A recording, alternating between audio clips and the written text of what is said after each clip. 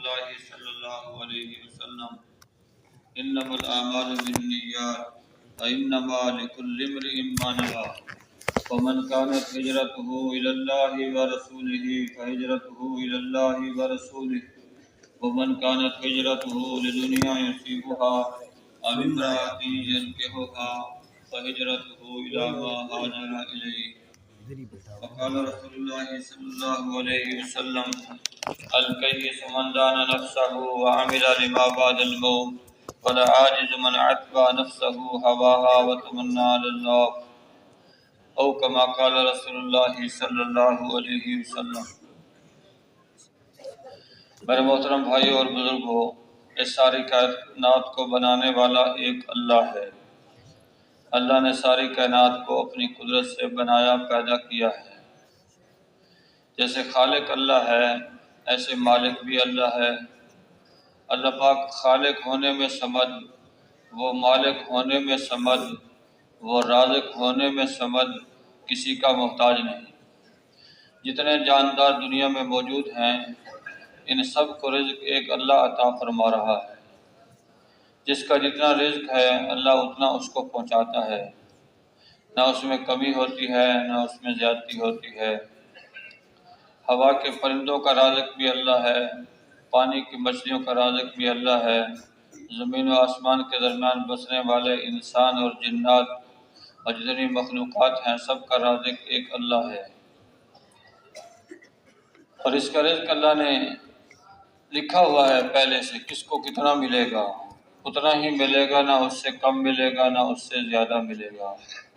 بچے کے پیدا ہونے سے پہلے لکھ دیا گیا یہ مالدار ہوگا یا غریب ہوگا۔ آپ علیہ السلام کے زمانے میں دو بھائی تھے، ایک کمائی کرتا تھا، دوسرا دین کا علم حاصل کرتا تھا۔ فشکل مختلف و اخاہ، کمائی کرنے والے بھائی نے اپنے بھائی کی اللہ کے نبی سے شکایت کی۔ کیا شکایت کی ہوگی؟ میں کماتا ہوں اور یہ کھاتا ہے۔ آپ نے فرمایا لعلک ترزق بہ، شاید تجھے بھی اس کی برکت سے رزق دیا جا رہا ہے۔ انسان کا رزق آسمانوں میں ہے، فی السماء رزقکم وما توعدون۔ رزق اور جس چیز کا وعدہ کیا گیا ہے وہ آسمانوں میں ہے، یعنی آسمان والے کے ہاتھ میں ہے۔ اگر انسان تھوڑا خرچ کرے گا تھوڑا اترے گا، زیادہ خرچ کرے گا زیادہ اترے گا۔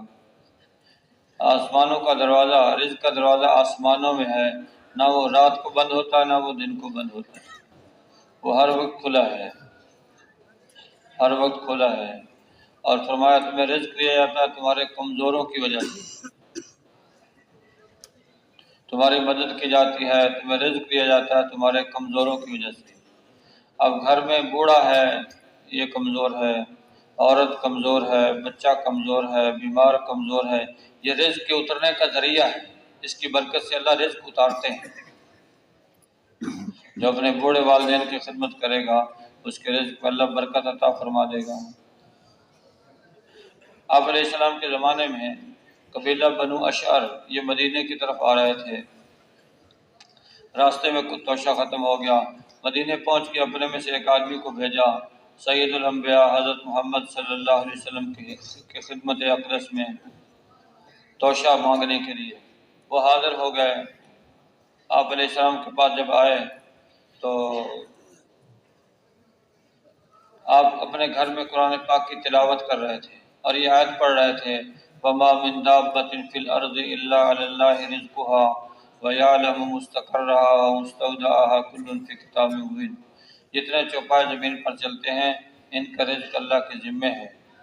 اللہ ان کے تھوڑے رہنے کی جگہ کو بھی جانتا ہے، زیادہ رہنے کی جگہ کو بھی جانتا ہے، اور یہ سب کچھ لوح محفوظ میں لکھا ہوا ہے۔ وہ سوچ میں پڑ گئے، اللہ پاک تو رزق کا ذمہ خود لے رہے ہیں اور ہم قبیلہ بنو اشر اتنے گئے گزرے ہیں کہ ہمیں اللہ کے رازق ہونے کا یقین نہیں ہے۔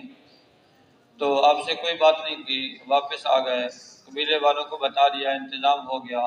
وہ سمجھ بیٹھے کہ اللہ کے نبی کی خدمت میں حاضر ہو کے درخواست کی ہوگی، آپ نے منظور فرما لی ہوگی، اس کی آ کے خبر دے رہے ہیں۔ تو تھوڑی دیر گزری تھی، دو شخص ایک کھانے کا پیالہ اٹھا کے لا رہے ہیں، اس میں گوشت بھی ہے، روٹی بھی ہے، سب نے مل کے کھانا کھایا، کھانا کثیر بھی تھا، لذیذ بھی تھا، تو کچھ کھانا بچ گیا، اس کا کیا کریں کہ اس کو ساتھ لے کے چلتے ہیں، راستے میں کام دے گا۔ لیکن آخر میں یہ طے ہوا کہ نہیں، اللہ کے نبی کی خدمت میں حاضر ہو جاتے ہیں، یہ کھانا بھی واپس کر دیتے ہیں اور آپ علیہ السلام کا شکریہ بھی ادا کر دیں گے، آپ کا شکریہ بھی ادا کر دیں گے۔ کھانا لے کے حاضر ہو گیا، اللہ کے رسول ہم آپ کا شکریہ ادا کرنے کے لیے آئے ہیں، یہ کھانا آپ نے بھجوایا؟ آپ نے فرمایا نہیں میں نے تو کوئی کھانا نہیں بھجوایا۔ نہیں اللہ کے رسول آپ نے بھجوایا ہے، ہمیں ساتھی نے واپس جا کے خبر بھی دی ہے۔ تو ساری بات کھل کے سامنے آئی تو اللہ کے نبی نے ارشاد فرمایا یہ رزق ہے جو اللہ نے آپ کو عطا فرمایا، رازق اللہ کی ذات ہے۔ حضرت موسیٰ علیہ السلام کو اللہ پاک نے فرمایا اذهب الى فرعون انه طغى، جاؤ فرعون کی طرف، وہ سرکش ہو گیا ہے۔ تو خیال آیا بیوی کو تو اس حال میں چھوڑا ہے، درد ذہ اس کو ہو رہا ہے اور آگ کی ضرورت ہے، میں تو آگ لینے آیا تھا، اللہ کا امر آ گیا کہ جاؤ فرعون کی طرف، اس کا کیا بنے گا؟ اللہ پاک نے حکم دیا لاٹھی کو مارو چٹان کے اوپر، چٹان پہ لاٹھی ماری، اندر سے پتھر، پھر لاٹھی ماری، پھر پتھر، پھر لاٹھی ماری، تیسرے پتھر پہ لاٹھی ماری تو اندر سے ایک کیڑا نکلا، سبز پتا کھا رہا ہے، اللہ کی تعریف کر رہا ہے، سبحان من یرانی، پاک ہے وہ ذات جو مجھے دیکھ رہی ہے، اب مجھے رزق دے رہی ہے، مجھے بھولی نہیں۔ حضرت موسیٰ علیہ السلام مطمئن ہو گئے جو 3 پتھروں میں اس کیڑے کو بھولا ہوا نہیں ہے تو میری بیوی کا رازق بھی ہوئی اللہ ہے۔ حضرت موسیٰ علیہ السلام کو اللہ نے حکم دیا عمالقہ قوم پہ حملہ کرو، بنی اسرائیل کو لے کے چلے، وادی عتیم میں پہنچے تو وہاں سے احوال کی خبر لی، اور قوم کو جب پتہ لگا بھی ہو تو بڑے لمبے قد کے آدمی ہیں، بڑے طاقتور ہیں، تو قوم پہ بزدلی چھا گئی۔ حضرت موسیٰ علیہ السلام نے فرمایا آگے بڑھو، کہنے لگے ہم تو یہاں بیٹھے ہیں، اے موسیٰ آپ ہمیں مروانا چاہتے ہیں؟ وہیں مار دیتے، ہمیں یہاں لا کے مروانے کی کیا ضرورت تھی؟ وہ تو بڑے لمبے چوڑے قد کے آدمی، ہم بالکل نہیں جائیں گے، آپ جائیں، آپ کا رب جائے ان کے ساتھ جا کے قتال کرے، ہم تو یہاں بیٹھے ہیں۔ تو نبی کی نافرمانی کر دی، اللہ کے حکم کی نافرمانی کر دی، لیکن رزق اللہ نے ان کا بھی بند نہیں کیا۔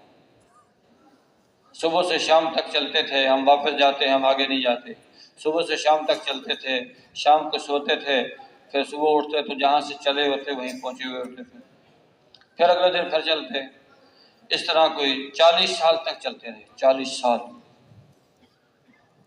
دن کو سفر کرتے، رات کو سوتے، صبح پھر وہیں کے وہیں۔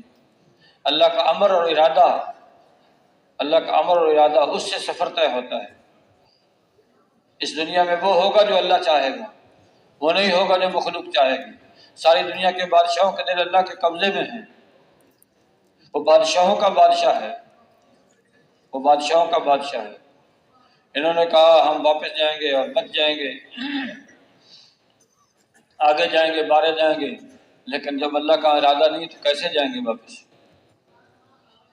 بھٹکتے رہے، 40 سال بھٹکے، اب اللہ نے ان کا روزی ان کی بھی بند نہیں کی، رزق ان کو بھی ملتا رہا۔ کیسے ملا کہ رات کو سوتے، صبح اٹھتے، درختوں کے پتوں پہ سفید رنگ کا حلوہ لگا ہوا ہوتا تھا، وہ اتار کے کھا لیتے تھے، اور بٹیرے قریب قریب اڑتے تھے، ان کو پکڑ کے کھاتے تھے۔ تو یہ من و سلوہ کا رزق 40 سال اللہ نے کھلایا، 40 سال، 40 سال۔ پھر کہنے لگے موسیٰ ہم تو یہ گوشت اور بٹیر اور حلوہ کھاتے کھاتے تنگ آ گئے، ہمیں تو دال چاہیے، ہمیں تو پیاز چاہیے۔ پھر وہ دال پیاز اللہ نے دے دیا۔ اگر وہ صبر کر لیتے اب سب کے مزے ہوتے، گوشت کھاتے اور حلوہ کھاتے۔ تو رزق اللہ کے ہاتھ میں ہے، جب اللہ نے پیدا کیا ہے تو رازق وہی ہے، نہ والدین رازق ہے، نہ حکومت رازق ہے، رازق اللہ کی ذات ہے۔ کچھ لوگ اپنی اولاد کو زمانہ جہالت میں اپنی اولاد کو قتل کر دیتے تھے کہ ہم ان کو کہاں سے کھلائیں گے؟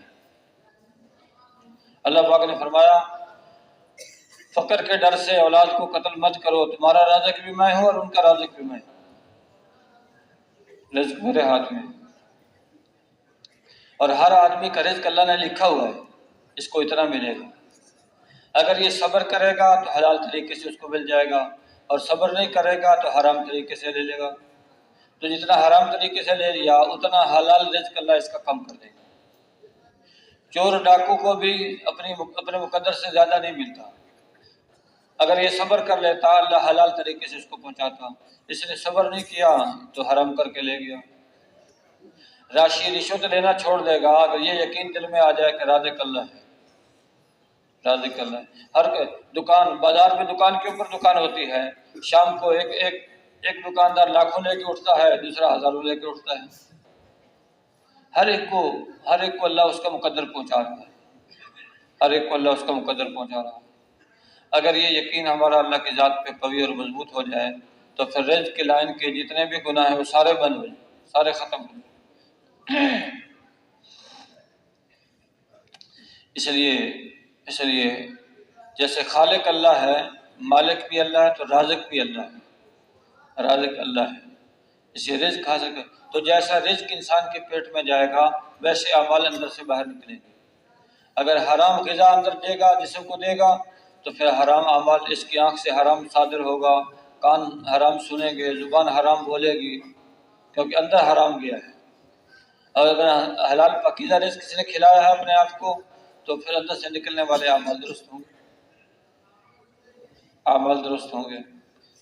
اور یہی رزق جو ہم کما کے اپنی اولاد کو کھلائیں گے، حلال رزق ہوگا تو یہ اولاد والدین کی فرما بردار بنے گی، اور رزق ٹھیک نہیں ہوگا تو یہی اولاد والدین کی دشمن بن جائے گی۔ کتنے لوگ ہیں اپنے والدین کے قتل کا ذریعہ بن جاتے ہیں۔ تو اللہ رب العزت کے احکامات ہر لائن میں ہر ایک کے لیے ہیں۔ ان احکامات کو معلوم کر کے اس کے مطابق زندگی گزاریں گے، اللہ دنیا کو برکتوں سے بھر دے گا، برکتوں سے۔ ایمان سیکھ لیں گے، تقوی سیکھ لیں گے، اللہ کا خوف دل میں آ جائے گا، اور حلال رزق کھائیں گے۔ فرمایا دعا کے قبول ہونے کے لیے 9 حصے دخل رزق حلال کا ہے۔ اگر 10 حصے کیے جائیں تو 9 حصے دخل رزق حلال کا ہے۔ جس کا رزق حلال ہوگا اس کی دعا قبول ہوگی۔ اس لیے اللہ کا حکم توڑنا نہیں ہے، کمائی میں بھی اللہ کا حکم نہیں توڑنا۔ اللہ کا حکم توڑ کے کمائے گا تو اس میں برکت نہیں ہوگی، اور وہ رزق جس رزق کمانے میں لگا اور اس کی نمازیں قضا ہو گئی، اس میں کیسے برکت آئے گی، کیسے برکت آئے گی؟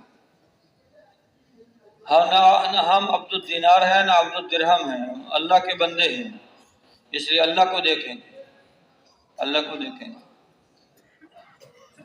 جس کو اللہ نے تھوڑا رزق دیا ہے اگر وہ قناعت کرے گا اللہ اسی میں برکت ڈال دے گا۔ جس کو زیادہ رزق دیا ہے، زیادہ رزق دیا ہے، قناعت نہیں کرے گا تو اسی میں پریشان کر دیں گے اللہ۔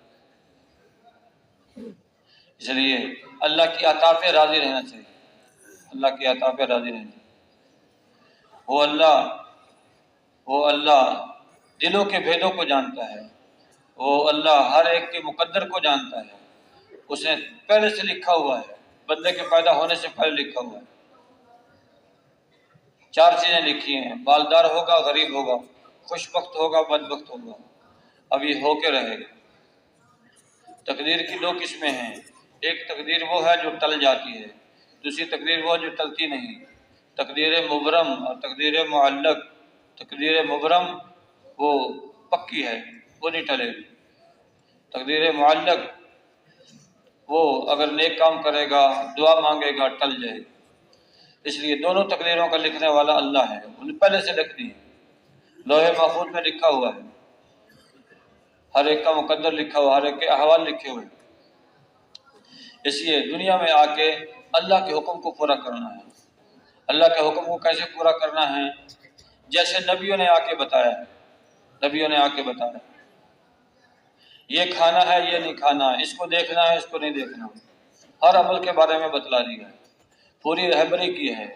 اللہ نے بندے کو پیدا کیا ہے، پیدا کرنے کے بعد کیسے زندگی گزارے اس کے لیے سلسلہ جاری فرمایا ہے۔ آسمان سے کتابیں اتاری ہیں اور کتابوں کو سمجھانے کے لیے نبیوں کو بھیجا ہے۔ نبیوں کو بھیجا۔ حضرت آدم علیہ السلام سے لے کے جناب محمد الرسول اللہ صلی اللہ علیہ وسلم تک اللہ نے ہزاروں نبی بھیجے، ہزاروں نبی بھیجے۔ سب نے لوگوں کو اللہ کی طرف بلایا ہے۔ لا الہ الا اللہ کی دعوت سارے نبیوں کی مشترکہ دعوت ہے۔ سب نے اللہ کی وحدانیت کا اقرار کروایا ہے اور اپنی رسالت کی دعوت دی ہے، اپنی رسالت کی دعوت دی ہے۔ بندوں تک اللہ کے احکامات نبیوں کے ذریعے سے پہنچے ہیں، اور نبیوں اور اللہ کے درمیان حضرت جبرائیل علیہ السلام واسطہ ہے۔ تو یہ جو علم آسمان سے آیا ہے یہ پکا اور مضبوط علم ہے، پکا مضبوط علم ہے۔ اس کے مطابق انسان زندگی گزارے گا، اس کو کامیابی ملے گی، اس کو اطمینان ملے گا، اس کو چین اور سکون ملے گا، پریشانیوں سے اللہ بچائے گا۔ جب اللہ کے احکامات کو پورا کریں گے، اللہ کے حکموں کے مطابق زندگی گزاریں گے، نبیوں کی اتباع کریں گے، اس میں دنیا آخرت کی کامیابی ہے، دنیا آخرت کی کامیابی۔ اب یہ یقین دل میں کیسے آئے گا؟ دعوت سے آئے گا۔ اس کو بولنا ہے، سننا ہے۔ دعوت بولنے سے، دعوت دینے سے یقین بڑھتا ہے، دعوت سننے سے یقین بڑھتا ہے۔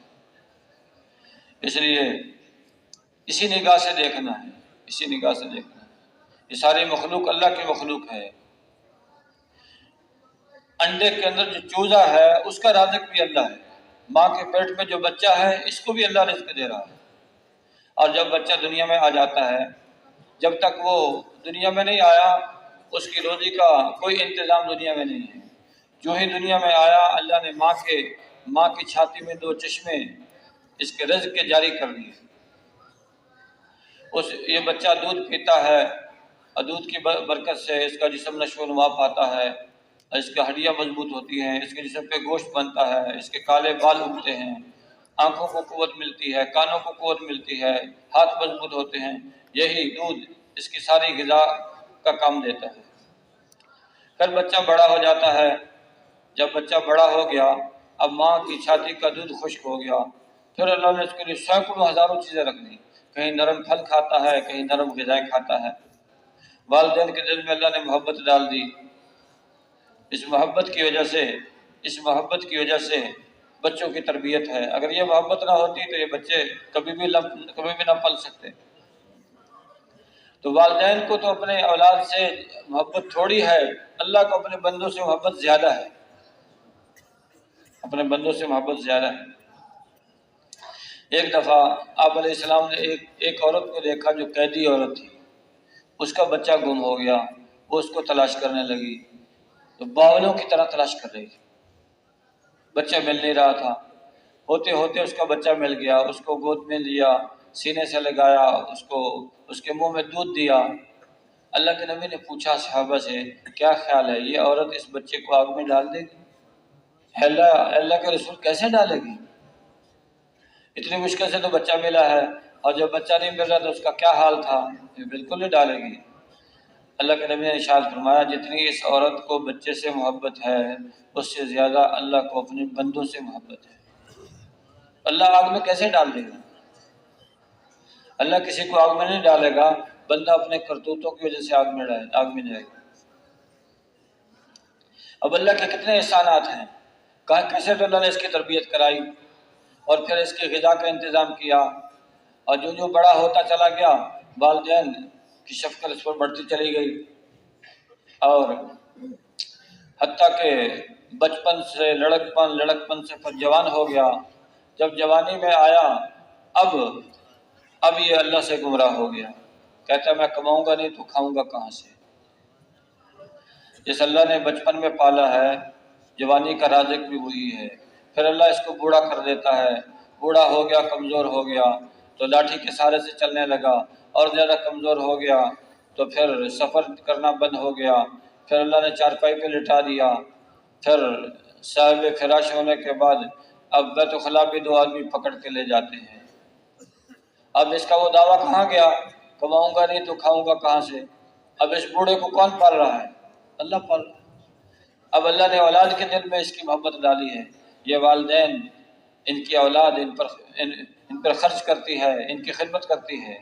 بچپن میں انہوں نے والدین نے اولاد کو سنبھالا، اور بڑھاپے میں اولاد والدین کو سنبھال رہی ہے۔ تو رازق اللہ کی ذات ہے، رازق اللہ کی ذات ہے، تو اس اللہ پر ہمارا ایمان ہے، اس اللہ کو ماننا ہے، اس کی ماننی ہے، اس کے احکامات میں کامیابی ہے۔ یہ احکامات نبیوں نے آ کے سکھائے ہیں، بتلائے ہیں۔ سب سے آخر میں سید الانبیاء حضرت محمد مصطفیٰ صلی اللہ علیہ وسلم مبعوث ہوئے، آپ دنیا میں تشریف لائے اور آپ نے بھی لوگوں کو دعوت دی۔ آپ کی دعوت جو قبول کرتے گئے، اللہ نے کیسی برکت ڈالی ہم، اللہ کے نبی کی ذات میں برکت، اللہ کے نبی کے طریقوں میں برکت۔ جو بھی اللہ کے نبی کا طریقہ اختیار کرے گا، جس زمانے میں اختیار کرے گا، اس کو برکتیں ملیں گی، اس کو برکتیں ملیں گی۔ جو برکتیں اللہ کے نبی کی ذات کے ساتھ تھی، خاص تھی، اللہ کے نبی تشریف لے گئے، وہ برکتیں بھی گئیں۔ لیکن جو اللہ کے نبی کے طریقوں کے ساتھ برکتیں ہیں، یہ طریقے جب تک امت اختیار کرتی رہے گی، ان برکتوں سے فائدہ حاصل کرتی رہے گی۔ حضرت عبداللہ ابن عمر رضی اللہ تعالی عنہما ایک دفعہ تشریف لے جا رہے تھے، دیکھا لوگ جمع ہے، کہ پوچھا کیا بات ہے؟ کہ ایک شیر ہے، راستے میں آیا ہوا ہے، نہ آگے جاتا ہے نہ پیچھے جاتا ہے، اور لوگ ادھر کے ادھر ہیں، ادھر کے ادھر ہیں، اس کی وجہ سے مجمع ہے۔ آگے بڑھے، اس شیر کا کان پکڑا، کان کو مروڑا، ایک تھپڑ گردن پہ مارا کہ اللہ نے کسی کے کھانے کا حکم دیا تو کھا اور جا، لوگوں کو پریشان کیوں کیا ہے؟ وہ شیر دم دبا کے بھاگ گیا۔ پھر فرمایا اگر ابن آدم اللہ کے سوا کسی سے نہ ڈرے، اللہ اپنے غیر کو اس پر مسلط نہیں ہونے دے گا۔ جس کا یقین اس کے دل میں اترا ہوا ہوگا، وہ اس پہ مسلط ہوگا۔ اللہ کا یقین ہے تو اللہ اس کو نفع و فائدہ پہنچائے گا۔ اللہ کے غیر کا یقین ہے تو وہ غیر کو اللہ اس پہ مسلط کر دے گا، غیر کو مسلط کر دے گا۔ تو یہ اللہ کے نبی کی اطاعت کی برکت ہے کہ اللہ کی محبت اور اللہ سے ہونے کا یقین دل میں بھرا ہوا ہے، اور مخلوق نقصان دہ مخلوق بھی ان کی اطاعت کر رہی ہے۔ حضرت سفینہ رضی اللہ تعالیٰ عنہ یہ ایک دفعہ پانی کے جہاز میں جا رہے تھے، جہاز ٹکرا گیا، ٹکرانے سے تختے الگ الگ ہو گئے، ایک تختے پر بیٹھے بیٹھے چلے، اور کنارے پر جب تختہ لگا تو نکل کے باہر کھڑے ہوئے، دیکھا جنگل ہے، جنگل بھی شیروں سے بھرا ہوا ہے۔ ایک شیر ان کو کھانے کے لیے بھاگا، جو ہی قریب آیا انہوں نے کہا اے ابو الحارث، میں محمد صلی اللہ علیہ وسلم کا غلام ہوں، وہیں شیر نے گردن جھکا دی۔ یہ ہے آپ علیہ السلام کی اتباع کی برکت۔ جانور بھی آپ کو پہچانتے ہیں۔ ایک دفعہ آپ علیہ السلام تشریف لے جا رہے تھے، ایک اونٹ نے دیکھا آپ کو، بڑبڑایا، گردن زمین پہ رکھ دی۔ آپ قریب تشریف لائے، پوچھا اونٹ کس کا ہے؟ ایک شخص نے کہا اللہ کا رسول میرا ہے۔ فرمایا یہ اونٹ میرے ہاتھ پہ بیچ دیں۔ اے اللہ کے رسول بیچتا تو نہیں ہوں، میری کمائی کا ذریعہ یہی ہے، البتہ آپ کو ہدیے میں دے دیتا ہوں۔ آپ نے فرمایا نہیں، یہ اونٹ شکایت کرتا ہے، مجھے چارہ تھوڑا دیتا ہے، کام زیادہ لیتا ہے، کام زیادہ لیتا ہے۔ اللہ کے نبی رحمت للعالمین، رحمت للعالمین، سارے عالم کے لیے رحمت۔ ایک دفعہ آپ تشریف لے جا رہے تھے، ایک صحابی آپ کو ملنے کے لیے آگے بڑھے، جا رہے تھے، دیکھا راستے میں درختوں سے آواز آ رہی ہے پرندوں کے بولنے کی، اندر داخل ہوئے چڑیا کے بچوں نے شور مچایا ہوا تھا، اس نے بچے پکڑے اور اپنی چادر تھی اس کے پلو پہ بٹھا لیے۔ چڑیا آ گئی، سر پہ منڈلانے لگی میرے بچوں کو چھوڑو، تو اس نے پلو اٹھایا تو چڑیا بچوں کے ساتھ آگے بیٹھ گئی۔ اس نے پلو پھر اوپر دے دیا، اللہ کے نبی کی خدمت میں حاضر ہوئے، اے اللہ کے رسول یہ چڑیا کے بچے مجھے ملے ہیں، اور چڑیا بھی آ کے ساتھ بیٹھ گئی۔ اللہ کے نبی نے فرمایا ان کو وہیں جا کے چھوڑ دو جہاں سے لے کے آئے۔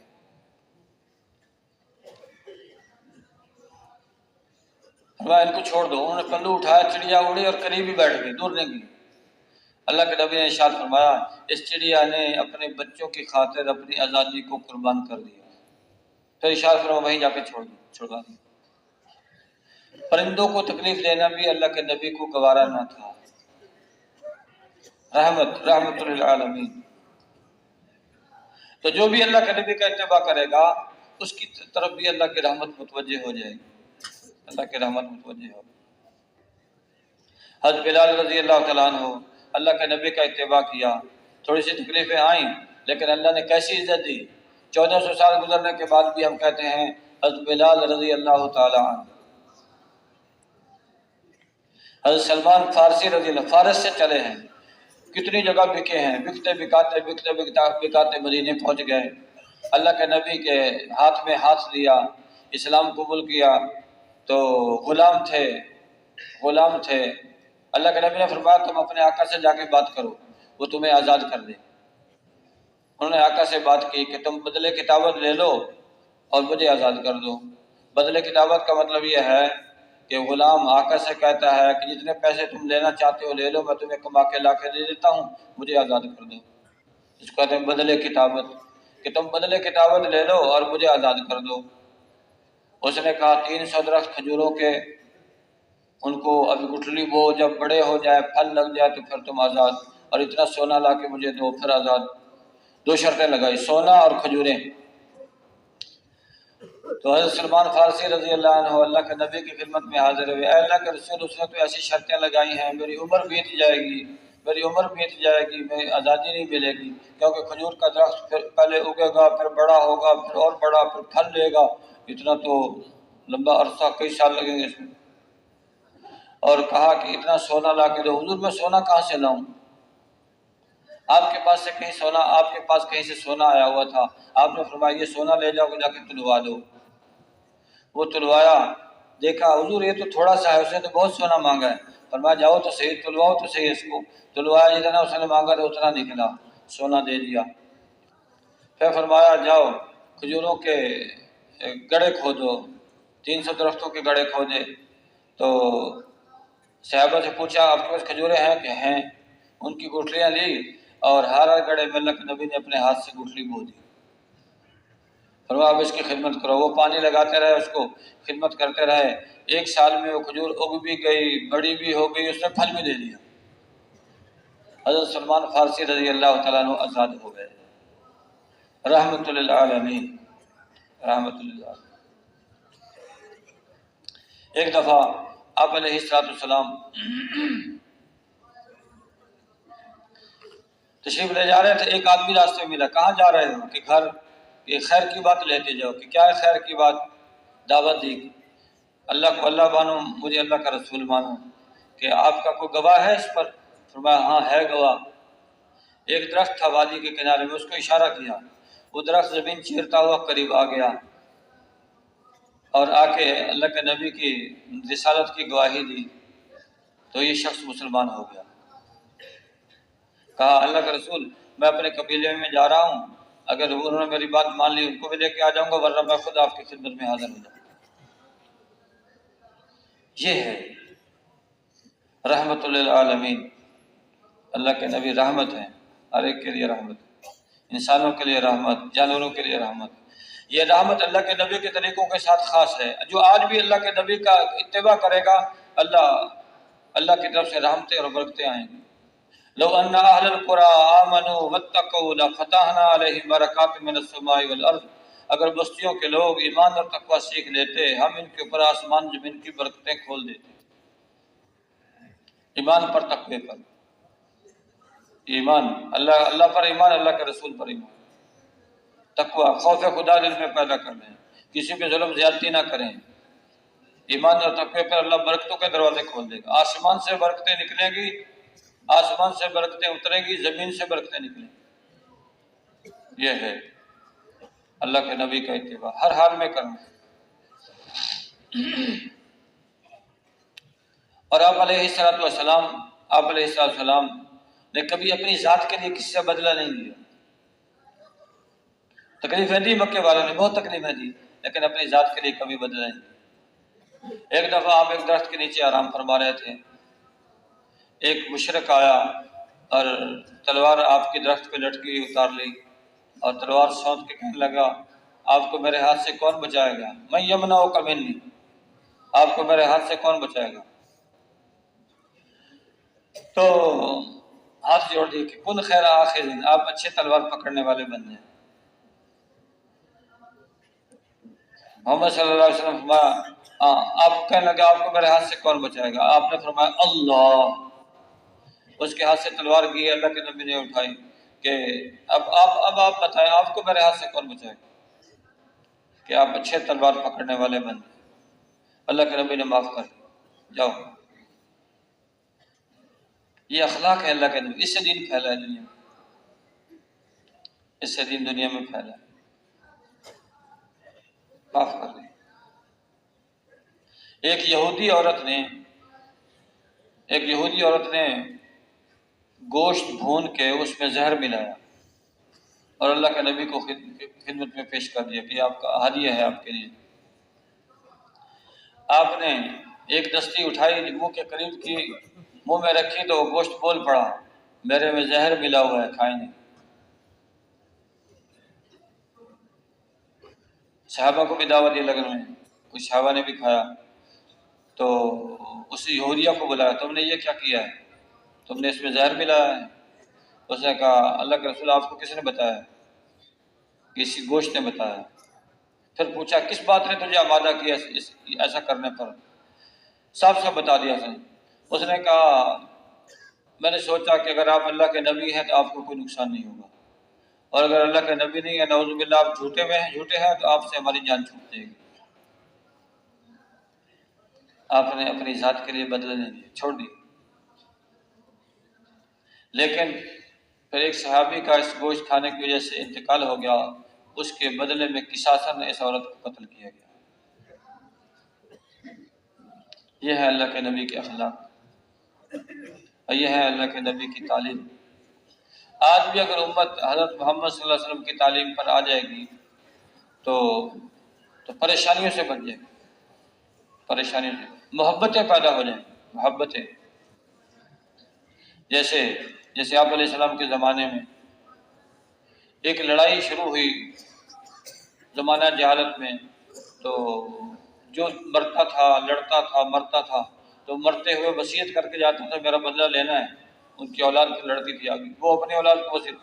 اس طرح 120 سال گزر گئے، حرب بسوس کے نام سے ایک لڑائی، 120 سال۔ اللہ کے نبی تشریف لائے، دعوت دی، اور دعوت دے کے لوگوں نے اسلام کو قبول کیا، تو وہ لڑائی ختم ہو گئی۔ 120 سالہ لڑائی آپ علیہ السلام کی دعوت کی برکت سے ختم ہو گئی۔ تو آج بھی اگر ہم چاہتے ہیں، امن، چین، سکون چاہتے ہیں، حضرت محمد صلی اللہ علیہ وسلم کے اتباع کے بغیر نہیں ملے گا، آپ کے اتباع کے بغیر نہیں ملے گا۔ تو دین زندگی گزارنے کا کامیاب ترین راستہ ہے۔ جو بھی دین پہ چلے گا اللہ اس کی زندگی کو برکتوں سے بھر دے گا، پریشانیاں ختم ہو جائیں۔ جیسے زمانہ جہالت کی پریشانیوں کو اللہ کے نبی کی دعوت سے اللہ نے ختم کیا۔ کیا حال تھا مکے کا، کیا حال تھا مدینے کا، گرا پڑا خون چاٹ جاتے تھے، اور ظلم و زیادتی کا بازار گرم تھا۔ تو وہ قبائل جو ایک دوسرے کے جان کے دشمن تھے، اللہ کے نبی کی تعلیم سے وہ ایک دوسرے کے پر جان قربان کرنے والے بن گئے۔ آج بھی امت کی پریشانیاں ختم ہو جائیں گی اگر حضرت محمد صلی اللہ علیہ وسلم کے اتباع پہ آ جائیں۔ جب تک آپ علیہ السلام کا اتباع نہیں کریں گے ان پریشانیوں سے نہیں نکل سکتے، ان پریشانیوں سے نہیں۔ اللہ کے نبی نے تواضع سکھائی ہے، تواضع سکھائی ہے، تواضع اللہ کو پسند ہے، اور کبر اللہ کو پسند نہیں ہے۔ بڑائی اللہ کی چادر ہے، جو اس چادر کو چھیننا چاہے گا اللہ اس کو ذلیل کر دے گا، اور جو تواضع سے زندگی گزارے گا اللہ پاک اس کو امن دے گا، سکون دے گا، چین دے گا۔ نماز بھی تواضع سکھاتی ہے۔ آدمی کھڑا ہے تو اللہ کے سامنے جھک کے کھڑا ہے، ہاتھ باندھے ہوئے ہیں، تواضع والی کیفیت ہے۔ پھر رکوع میں گیا تو اور زیادہ جھک گیا اللہ کے سامنے، جب سجدے میں گیا تو پھر اور زیادہ جھک گیا۔ جب آدمی نماز میں قیام میں کھڑا ہوتا ہے تو نیکیاں اس کے سر پہ بکھیری جاتی ہیں، اور جب یہ رکوع میں جاتا ہے تو اللہ کی رحمت اس پر غالب آ جاتی ہے۔ جب یہ سجدے میں جاتا ہے تو گویا اللہ کے قدموں میں سر رکھ دیا۔ اور نمازی آدمی اللہ کے سامنے کھڑا ہے، ہاتھ باندھے ہوئے ہے، اللہ کی تعریف کر رہا ہے۔ اللہ پاک کو پتہ ہے میرا بندہ، اور جب بندہ ایسے وقت میں نماز پڑھتا ہے کہ اللہ اور اس کے سوا کسی کو خبر نہیں ہے، ایسی نماز اللہ کو بہت زیادہ پسند ہے۔ اس لیے جنگل کے اندر جب ایک چرواہا اذان دے کے نماز پڑھتا ہے، اللہ فرشتوں پہ فخر فرماتا ہے کہ یہ بندہ میرے ڈر کی وجہ سے کر رہا تھا۔ تو جو اللہ کو یاد کرے گا، اللہ اس کو یاد کرے گا۔ تو وہ اللہ جس نے ہمیں نعمتیں دی ہیں، ہمیں پیدا کیا ہے، ہماری روزی کا انتظام کیا ہے، اس کا حق تو یہ تھا کہ ساری زندگی سجدے میں پڑے رہے، اس کا حق ادا نہیں ہو سکتا۔ لیکن اس کی نافرمانی ہم نے کی، لیکن پھر بھی اللہ نے اپنی نعمتیں واپس نہیں دی۔ اب بندے کو چاہیے کہ ہر حال میں اللہ کے سامنے سجدہ ریز رہے، اللہ سے اپنے گناہوں کی معافی مانگتا رہے۔ جب آدمی نماز میں کھڑا ہوتا ہے تو کھڑا ہو کے نماز ادا کرتا ہے، ایک نماز ادا کی، پھر اگلی دونوں نمازوں کے درمیان میں اتنے گناہ ہیں، اگلی نماز پڑھنے سے وہ معاف ہو جاتے، پھر گناہ ہو گئے، اگلی نماز سے وہ معاف ہو گئے، ہوتے ہوتے ساتھ نمازوں کی برکت سے گناہوں کا صفایا ہوتا رہتا۔ ایک دفعہ آپ علیہ السلام مسجد میں تشریف فرما تھے، نماز کے انتظار میں بیٹھے تھے، ایک شخص آیا، اے اللہ کے رسول میں نے گناہ کیا ہے۔ اتنے میں نماز کھڑی ہو گئی، جب سلام پھر وہ آ گیا، اے اللہ کے رسول میں نے گناہ کیا ہے۔ آپ نے ارشاد فرمایا کیا تم نے ہمارے ساتھ نماز نہیں پڑھی ہے؟ اس سے پہلے اچھی طرح وضو نہیں کیا کہ کیا ہے؟ فرمایا پھر تمہارا گناہ معاف ہو گیا۔ ایسے تو نماز اللہ کی نعمت ہے، گناہوں کو صاف کرنے کا ذریعہ ہے۔ اچھا کپڑا گندا ہو جائے تو اس کے لیے صابن صرف ہے، اور لوہا جو ہے زنگ لگ جائے تو اس کو آگ میں ڈالتے ہیں، اور بندے کا دل میلا ہو جائے اس کے لیے، دل گناہوں سے کالا ہو جائے تو نہ یہ صابن سے صاف ہوگا نہ آگ سے صاف ہوگا، یہ صاف ہو جائے گا کس سے؟ نماز سے۔ آدمی نماز پڑھے گا، اللہ کے نبی کے طریقے پہ زندگی گزارے گا، اللہ گناہوں کو معاف کر دے گا۔ اس لیے نماز آدمی کو تواضع سکھاتی ہے، اور نماز کے اندر دعا ہے، ثنا اللہ کی تعریف ہے، اور الحمد بھی آدھی تعریف ہے۔ تو جب اتحیات میں بیٹھتا ہے، اللہ کے سامنے اپنی درخواست پیش کرتا، اے اللہ ساری قولی باتیں، مالی باتیں اور ساری بدنی باتیں تیرے لیے، التحیات للہ والصلوات والطیبات، ساری تیرے لیے، یعنی میں جتنے کام کر رہا ہوں تیرے لیے کر رہا ہوں، ساری باتیں تیرے لیے۔ اس کا پھر آخر میں دعا پڑھتا ہے، رب جعلنی مقیم الصلاۃ۔ اب دعا ہر نماز میں آدمی دعا کر رہا ہے، اور جب سے جوان ہوا ہے، جب سے نمازیں پڑھنا شروع کی ہے اور پڑھتا جا رہا ہے، اللہ سے دعا مانگے، لیکن دعا وہ ہوتی ہے جو آدمی جب مانگ رہا ہو اللہ سے پتہ ہو کہ میں اللہ سے کیا ہوں، یہ دعا ہے۔ اور اگر دعا تو مانگ رہا ہے لیکن پتہ نہیں ہے کیا مانگا ہے تو وہ دعا نہیں، وہ وظیفہ ہے۔ ایسے نماز کے باہر بھی جب دعا کریں گے تو پتہ ہو کیا مانگ رہے ہیں، چاہے عربی میں مانگیں چاہے اپنی زبان میں مانگیں، اللہ پاک ہر زبان کو جانتا سمجھتا ہے۔ تو نماز نماز پڑھنے سے آدمی اللہ کے قریب ہوتا چلا جاتا ہے۔ سب سے زیادہ تعلق اللہ کے ساتھ بنتا ہے فرائض کے ذریعے سے، پھر واجبات کے ذریعے سے، پھر سنتوں کے ذریعے سے، پھر مستحبات کے ذریعے سے۔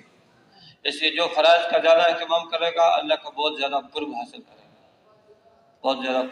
کرے گا، اللہ کے بہت قریب ہو جائے گا۔ اللہ کے نبی کے پاس صحابہ آئے، اللہ کے رسول، ایک شخص دن کو روزہ رکھتا ہے، رات کو نفلیں پڑھتا ہے، اور دوسرا آدمی فرض درجے میں نماز روزہ کر کے لوگوں کو خیر کی باتیں سکھاتا ہے۔ اب اس کا فیصلہ نہیں کر پائے دونوں میں مرتبہ کس کا بڑا ہے، اللہ کے زیادہ قریب کون ہے؟ فرمایا وہ شخص جو فرض درجے میں نماز روزہ کر کے لوگوں کو خیر کی باتیں سکھاتا ہے، اس کی مثال ایسے ہے جیسے میری مثال تم میں سے ادنا شخص پر۔ خیر کا کام کرنا، خیر سیکھنا، خیر سکھانا، نماز پڑھنا، نماز کو سیکھنا، اس کا تحیات سیکھنا۔ اس لیے حکم ہے جب بچہ پیدا ہو تو اس کے ایک کان میں اذان دوسرے میں اقامت کہی جائے، اور جب 7 سال کا ہو جائے تو اس کو نماز کا کہا جائے۔ جب 10 سال کا ہو جائے نماز نہ پڑھے تو نماز نہ پڑھنے پر مار بھی سکتے ہیں۔ اچھا ابھی بالغ ہونے میں تو بہت عرصہ ہے، بالغ ہونے میں تو 12-15 سال میں جا کے بالغ ہوگا۔ جب تک بچہ بالغ نہیں ہوا اگر کوئی نیکی کرتا ہے تو اس کے والدین کو ملتی ہے وہ نیکی، اگر کوئی گناہ کرتا ہے نہ اس کے نام اعمال میں لکھا جاتا ہے نہ والدین کے نام اعمال میں، لیکن جب بالغ ہو گیا پھر نیکی کرے گا تو اس کے نام اعمال میں لکھی جائے گی، برائی کرے گا اس کے نام اعمال میں لکھی جائے گی۔ نام اعمال تو 12-15 سال کی عمر میں جا کے شروع ہوگا۔ تو اب نماز کا حکم اس کو 7 سال کی عمر میں کیا جا رہا ہے۔ یہ نماز کی اہمیت بتائی جاتی ہے کہ نماز اتنا اہم حکم ہے تاکہ بالغ ہونے سے پہلے اس کو عادت پڑ چکی ہو نماز کی، اور بالغ ہونے کے بعد اس کی ایک بھی نماز قضا نہ ہوئی، ایک بھی نماز قضا نہ ہوئی۔ کہاں 7 سال اور کہاں 12-15 سال، 15 سال میں بالغ ہوا تو 8 سال پہلے اللہ نے شروع کرا دی نماز اس کو۔ 7 سال کی حکم ہے نماز کے کہنے کا حکم ہے، اس کا مطلب 7 سال سے پہلے بچے کو نماز سکھا دیجیے، بچے کو نماز سکھا دیجیے، پھر اس کو وضو کا طریقہ، نماز پڑھنے کا طریقہ یہ سکھا دیا جائے۔ پھر جو بڑا ہوتا چلا جائے گا تو اس کے ذمہ ہے کہ اپنی جو اللہ کی عبادت ہے نماز، اس کا علم حاصل کرے، تو نماز پڑھتا رہے گا اللہ کے قریب ہوتا چلا جائے گا، اللہ کے ساتھ تعلق بڑھتا چلا جائے گا۔ کتنے خوش قسمت انسان ہیں جب سے وہ پیدا ہوئے ہیں بالغ ہونے کے بعد ان کی کوئی بھی نماز قضا نہیں ہے، کتنا اللہ کا قرب ان کو حاصل ہو گیا ماشاءاللہ۔ ایسے آنکھیں اس نے کھولی تو اللہ کا حکم نہیں توڑا۔ تو اس طرح آدمی اللہ کے قریب، لیکن اگر پھر بھی اس نے کچھ نمازیں قضا کر دی، اللہ کو ناراض کیا اور بڑے گناہ کر لیے، اب بھی اللہ کے رحمت سے نا امیدی نہیں ہے۔ اگر ایک آدمی ساری زمین کو گناہوں سے بھر دے، ساری زمین کو گناہوں سے بھر دے، اللہ سے معافی مانگ دے، سچے دل سے اللہ کے سامنے تائب ہو جائے، اللہ سارے گناہوں کو معاف کر دے، سارے گناہ معاف کر دے۔ بندہ جب گناہ کرتا ہے تو پھر اللہ سے معافی مانگتا ہے،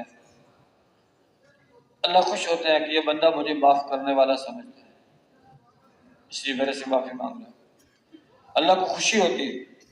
اللہ کے نبی نے مثال دے کے سمجھایا کہ بندے کی توبہ پر اللہ کو کتنی خوشی ہوتی ہے۔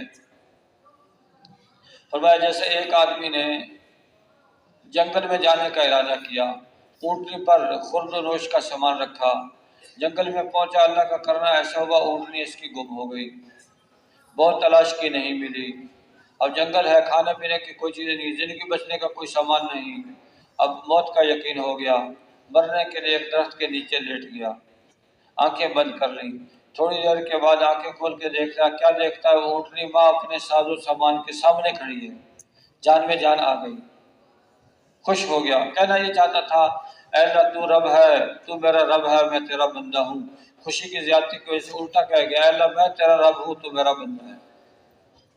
فرمایا جتنا اونٹنی والے کو اونٹنی کے ملنے پر خوشی ہوئی ہے، جب کوئی بندہ توبہ کرتا ہے اللہ پاک کو اس سے زیادہ خوشی ہوتی ہے۔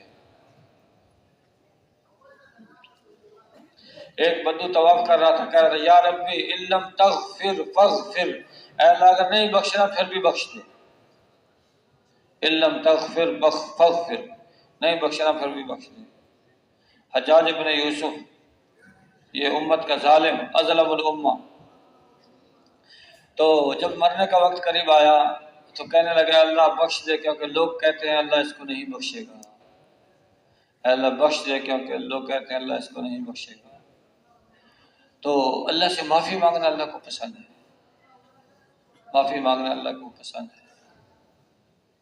اللہ پاک نے فرمایا کلکم، اللہ کے نبی نے ارشاد فرمایا، اللہ کا ارشاد کلکم خطاؤن وخیر الخطائین التوابون، تم سارے کے سارے خطا کار ہو، بہترین خطا کار توبہ کرنے والے۔ یعنی غلطی کوتاہی ہر ایک سے ہو جاتی ہے، لیکن اس کا حل کیا ہے؟ توبہ، استغفار، اللہ سے معافی مانگنا۔ لا تقنطوا من رحمت اللہ، اللہ کی رحمت سے نا امید نہ ہو، وہ بڑے بڑے گناہوں کو معاف کر دیتا، بڑے بڑے گناہوں کو معاف کر دیتا، بڑے بڑے گناہ معاف کر دیتا۔ اکرمہ بن ابی جہل، بڑی اللہ کے نبی کو تکلیف دی، ابو جہل نے بھی اس کے بیٹے نے بھی، لیکن جب ان کی بیوی آئی اللہ کے نبی سے درخواست کی، اللہ کے رسول میرا خامد بھاگ گیا ہے، اگر آپ ان کو معافی دے دیں میں اس کو لے آتی ہوں۔ فرمایا ٹھیک ہے، اس کو معافی۔ تو ام حکیم چلی، تلاش کر کے خامد کو لے آئیں، اللہ کے نبی کے سامنے کھڑے ہو گئے۔ اللہ کا رسول، یہ میری بیوی کہتی ہے آپ نے مجھے معاف کر دیا؟ فرمایا ہاں معاف کر دیا۔ تو اکرمہ آیا، اللہ کے نبی نے ان کو سینے سے لگایا، چادر کندھے پہ سرکنا شروع ہو گئی، اس کو نہیں سنبھالا، اکرمہ کو گلے سے لگایا، اپنے ساتھ بٹھایا۔ ان کے آنے سے پہلے اللہ کے نبی نے فرما دیا دیکھو اکرمہ آ رہا ہے، اب آج کے بعد اس کے باپ کو کوئی برا نہ کہے، کیونکہ مردے تک ہماری بات پہنچے گی نہیں، زندہ آدمی کو تکلیف ہوگی، زندہ آدمی کو تکلیف ہوگی۔ یوں اللہ کے نبی امت کی تربیت فرما رہے ہیں، امت کی تربیت فرما رہے ہیں۔ تو آدمی گناہ ہو جائے تو اللہ سے نا امید نہ، اللہ سے معافی مانگے، توبہ کرے، استغفار کرے۔ استغفار کہتے ہیں اللہ سے اپنے گناہوں کی بخشش چاہنا، اپنی نیکیوں میں کمی تلاش کرنا۔ نماز پڑھی ہے، نماز پڑھنے کے بعد بھی استغفار کا حکم ہے، استغفر اللہ استغفر اللہ استغفر اللہ۔ کیا مطلب؟ اے اللہ نماز تو پڑھی ہے، کی تو میں نے نیکی ہے، لیکن اے اللہ میری نیکی بھی تو ایسی ہی ہے، اس میں جو کمیاں ہوئی ہیں وہ معاف فرما دے۔ کھڑا تیرے سامنے ہوں اور متوجہ اللہ کے غیر کی طرف ہوں، اے اللہ جیسے پڑھنی چاہیے تو ویسے نہیں پڑھی، تو اس لیے معافی ہے۔ تو ہماری تو عبادت بھی استغفار کے قابل ہے، اور جو گناہ ہے وہ تو پھر استغفار پہ استغفار۔ اور انسان سے گناہ کوئی نہ کوئی ہو ہی جاتا ہے، یہ مشین عمل کی مشین ہے، یا اس سے گناہ سرزد ہوں گے یا نیکیاں سرزد ہوں، اس لیے اللہ سے معافی مانگتے رہنا، توبہ استغفار۔ تو 100 دفعہ صبح 100 دفعہ شام اللہ سے معافی مانگے، استغفار اللہ سے معافی مانگنا ہے۔ تو حضرت نوح علیہ السلام نے قوم کو دعوت دی، قوم نے بات نہ مانی، پھر ان کو بتایا کہ تم ایمان لے آؤ، اپنے گناہوں کے اللہ سے معافی مانگو، اللہ تمہارے گناہوں کو معاف کر دے گا۔ جب تمہیں بارش کی ضرورت ہوئی اللہ تمہیں موسلادھار بارش دے گا، اور اولاد کی ضرورت ہے، بیٹوں کی ضرورت ہے، اللہ بیٹے دے گا، باغات لگا دے گا، نہریں جاری کر دے گا۔ وَيُرْسِلِ السَّمَاءَ عَلَيْكُمْ مِدْرَارًا، اللہ بارش کی دھاریں عطا فرمائے گا۔ وَيُمْدِدْكُمْ بِأَمْوَالٍ وَبَنِينَ، مال اور بیٹے دے گا۔ وَيَجْعَلْ لَكُمْ جَنَّاتٍ، باغات لگا دے گا۔ وَيَجْعَلْ لَكُمْ أَنْهَارًا، نہریں جاری کر دے گا۔ تو قرآن میں اللہ نے اس کو بیان کر دیا۔ تو کیا مطلب؟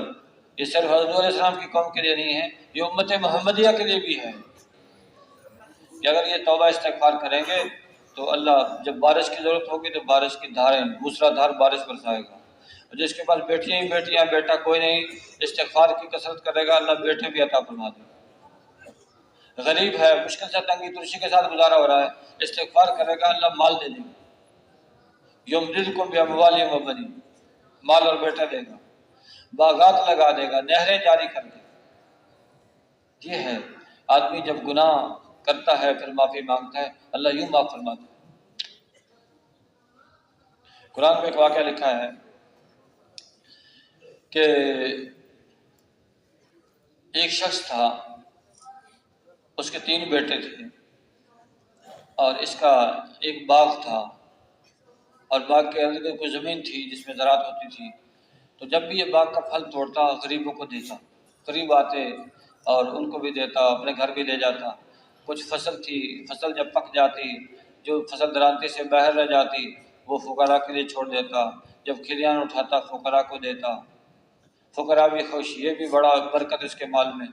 جب یہ شخص فوت ہو گیا، اس کے بیٹوں نے کہا ہمارا خرچہ بڑھ گیا ہے، اب جتنا والد خرچ کرتا تھا وہ اتنا ہم نہیں خرچ کر سکتے تھے، وہ تو ایسے آمدنی لٹاتا رہتا تھا، بلکہ کہنے لگے کہ وہ تو پاگل تھا، نعوذ باللہ، ایسے ہی آمدنی۔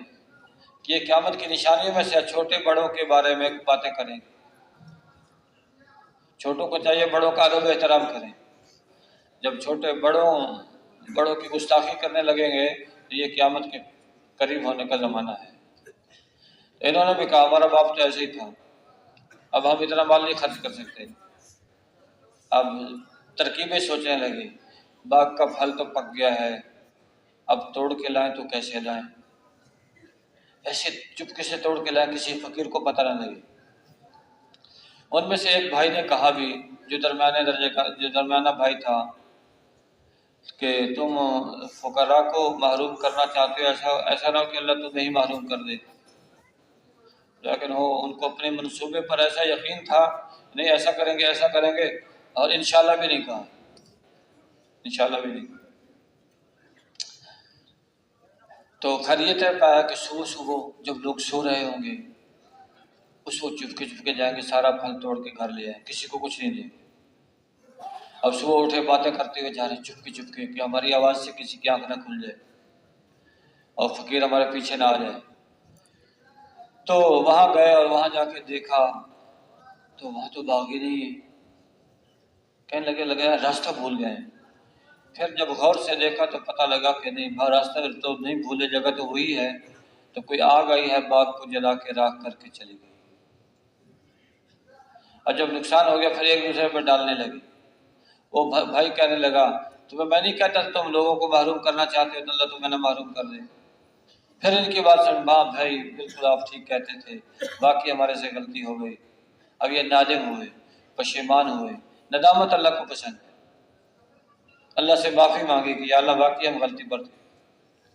پھر اللہ نے بعض دفعہ اللہ جب بندہ معافی مانگتا ہے، اللہ اس سے بہتر نعمت دے دیتا ہے، بہتر۔ پھر اللہ نے ان کو ایک اور باغ دیا، اس پہلے باغ سے بہتر باغ، وہ بھی انگوروں کا باغ تھا۔ اتنا بڑا ایسا باغ دیا کہ اس کا ایک ایک خوشہ اتنا بڑا تھا، انگوروں کا ایک ایک خوشہ اتنا بڑا تھا جتنا خچر وزن اٹھاتا ہے، اس کے وزن کے بقدر ایک ایک خوشہ۔ جب آدمی معافی مانگتا ہے اللہ یوں نواز دیتا ہے، اس لیے اللہ سے معافی مانگتے رہنا چاہیے۔ حضرت یونس علیہ السلام، حضرت یونس علیہ السلام جب مچھلی کے پیٹ میں چلے گئے، وہاں استغفار کیا، لا الہ الا انت سبحانک انی کنت من الظالمین، لا الہ الا انت سبحانک انی کنت من الظالمین۔ استغفار کرتے رہے۔ اللہ پاک نے ارشاد فرمایا، اگر حضرت یونس علیہ السلام اس کلمے کا ورد نہ کرتے، قیامت کے دن مچھلی کے پیٹ سے اٹھائے جاتے۔ یہ ہے توبہ، استغفار، اللہ سے معافی مانگنا۔ اس لیے ہم بھی 100 دفعہ صبح اللہ سے معافی مانگیں اور شام کو 100 دفعہ معافی مانگیں، استغفار۔ ایسے جو درود پاک کی کثرت کرے گا، درود پاک کی کثرت کرے گا تو قیامت کے دن اس کو اللہ کے نبی کا قرب نصیب ہوگا۔ اولین و آخرین کا سارا مجمع میدان حشر میں جمع ہوگا۔ جیسے بزرگ آتے ہیں نا جی، کوئی بڑا بزرگ ہو، بڑا، ہر ایک کی کوشش میں قریب ہو کے ملوں، زیارت کروں، مصافحہ کروں، معانقہ کروں، قریب ہونے کی کوشش، بہت جم گھٹا اور بھیڑ لگ جاتی ہے۔ تو اس میدان میں جہاں حضرت آدم علیہ السلام سے لے کے جناب محمد رسول اللہ صلی اللہ علیہ وسلم کی امت کا آخری انسان ہوگا، سارے وہاں موجود ہوں گے۔ اس وقت میں جو چاہتا ہے کہ مجھے اللہ کے نبی کا قرب نصیب ہو جائے، اس کو قرب نصیب ہوگا جو دنیا میں آپ علیہ السلام پر کثرت سے درود پاک پڑھتا رہا ہو۔ ایک شخص ہے کہ اللہ کا رسول میں نے ذکر کے لیے وقت مقرر کیا ہے، اس میں سے یہ سوچا ہے کہ اس میں 1/3 وقت آپ پر درود پڑھنے میں لگایا کروں گا۔ فرمایا ٹھیک ہے، زیادہ کر لو تو اور اچھا ہے۔ تو اللہ کے رسول اب میں نے سوچ لیا ہے، اب آدھا وقت میں لگایا کروں گا۔ فرمایا ٹھیک ہے، اور زیادہ کر لو تو اور اچھا ہے کہ 2/3۔ فرمایا ٹھیک ہے۔ پھر ہوتے ہوتے کہ اللہ کا رسول وہ جو میں نے ذکر کے لیے وقت مقرر کیا، وہ سارا وقت میں آپ پہ درود پاک پڑھنے میں لگایا کروں گا۔ کیا فرمایا آپ نے کہ پھر تیرے گناہوں کو بخش دیا جائے گا، تیرے غموں کو دور کر دیا جائے گا۔ درود پاک کی کثرت سے گناہ بھی معاف، غم پریشانیاں بھی دور۔ تو ایسے جیسے درود پاک پڑھنے پہ اجر ہے، ایسے بعض کلمات ایسے ہیں جن کے پڑھنے پہ اجر ملتا ہے۔ مثلا سبحان اللہ و بحمدہ، سبحان اللہ و بحمدہ، کتنا چھوٹا سا کلمہ ہے۔ فرمایا جو یہ پڑھے گا سبحان اللہ و بحمدہ تو 1,24,000 نیکیاں اس کو ملیں گی۔ سبحان اللہ و بحمدہ۔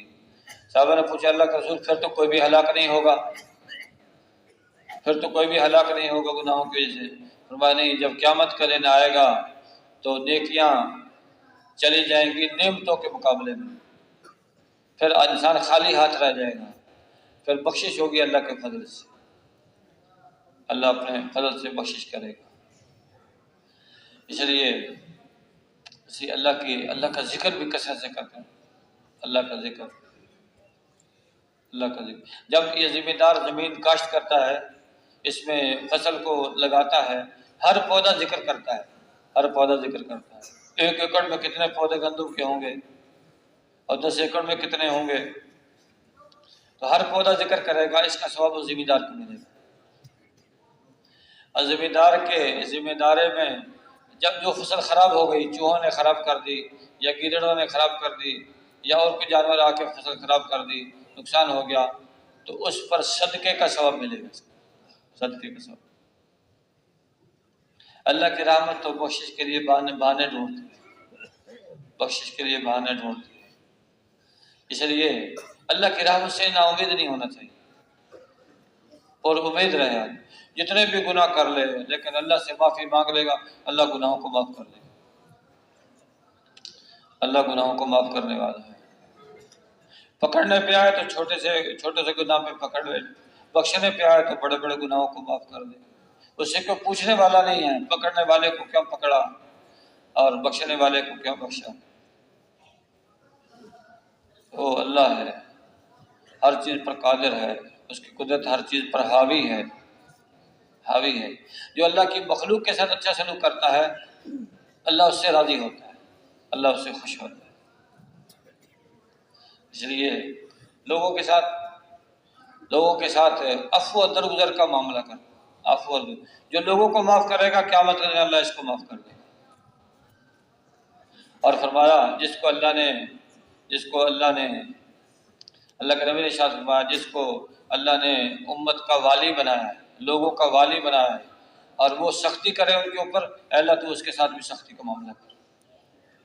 اور جس کو اللہ نے لوگوں پر اختیار دیا ہے، اگر یہ لوگ ان کے ساتھ نرمی کرے، اے اللہ تو اس کے ساتھ نرمی کا معاملہ کر۔ اللہ کے نبی کی دعا ہے۔ آپ علیہ السلام جو دنیا سے جا رہے تھے، 2 باتوں کی وصیت فرما کے گئے، الصلاۃ وما ملکت ایمانکم، میرے بعد نماز کا خیال رکھنا اور ماتحتوں کا خیال رکھنا، ماتحتوں کا خیال۔ تو اگر آدمی معلوم کرنا چاہے کہ میں اچھا ہوں یا برا ہوں، تو اپنے ماتحتوں سے سن لے۔ اگر ماتحت خوش ہیں تو اللہ بھی خوش ہے، اگر ماتحت ناراض ہیں تو اللہ بھی ناراض ہے۔ اس لیے اگر اللہ پاک ہمارے گناہوں کی وجہ سے ہمیں پکڑنا شروع کرے تو زمین پر ایک آدمی زندہ رہنے کے قابل نہیں ہے، ایک آدمی بھی نہیں۔ اس لیے لوگوں کو معاف کریں گے، اللہ ہمیں معاف کرے گا۔ حسن سلوک، اچھا معاملہ۔ ایک شخص ہے، اے اللہ کا رسول، یہ میرا غلام ہے، غلطی بہت کرتا ہے، اس کو دن میں کتنی مرتبہ معاف کروں، کتنی مرتبہ معاف کروں؟ آپ نے فرمایا 70 بار معاف کرو، 70 بار۔ اس شخص نے وہ غلام آزاد کر دیا۔ ایسا نہ ہو میں معاف نہ کر سکوں اور ظلم کر لوں، قیامت کے دن پکڑا جاؤں۔ حضرت انس رضی اللہ تعالیٰ عنہ 10 سال کے بچے تھے، آپ علیہ السلام کی خدمت کرنا شروع کی، 10 سال خدمت کی ہے۔ فرماتے ہیں کبھی اللہ کے نبی نے مجھے کیوں نہیں کہا، یہ کام کیوں کیا، یہ کام کیوں نہیں کیا، 10 سال خدمت کی۔ جہاں اللہ کے نبی کے بلند اخلاق یہ بتا رہے ہیں کہ 10 سال میں کیوں نہیں کہا، وہاں حضرت انس رضی اللہ تعالیٰ عنہ کی خدمت بھی کمال درجے کی ہے کہ اس کا موقع ہی نہیں آنے، اس کا موقع بھی نہیں آنے۔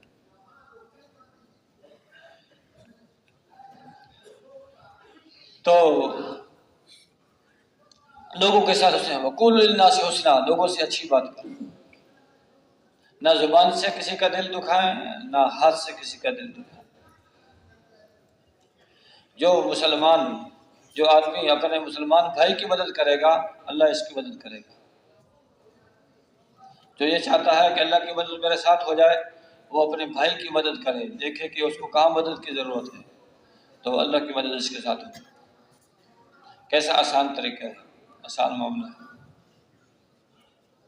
بعض دفعہ آدمی عبادت تو بہت کرتا ہے لیکن لوگوں کو دکھ دیتا ہے، اس کی وجہ سے یہ اللہ کو پسند نہیں، اللہ کو پسند نہیں۔ جیسے اللہ کے نبی کے اخلاق تھے، بڑوں بڑوں کو معاف کر دیا، ایسے ہم بھی لوگوں کو معاف کرنا سیکھیں، معاف کرنا سیکھیں۔ آپ علیہ السلام کو عبداللہ ابن ابی ابن سلول جو منافقین کا سردار تھا، سب سے زیادہ تکلیف اس نے دی۔ نبی کی بیوی پہ تہمت لگا دی، تہمت۔ آدمی اپنے بارے میں برداشت کر لیتا ہے، لیکن بیوی کے بارے میں تہمت لگ جائے یہ برداشت نہیں ہوتا آدمی، بہت سخت ہے۔ اللہ کے نبی کی حساس طبیعت تھی۔ اچھا، یہی شخص ان کا بیٹا مسلمان ہو گیا، عبداللہ ابن ابی ابن سلول، ان کے بیٹے کا نام بھی عبداللہ تھا۔ عربوں کے ہاں ایسا ہوتا تھا کہ باپ کا نام اسی پر بیٹے کا نام رکھ دیا، دادے کے نام پہ بیٹے کا نام۔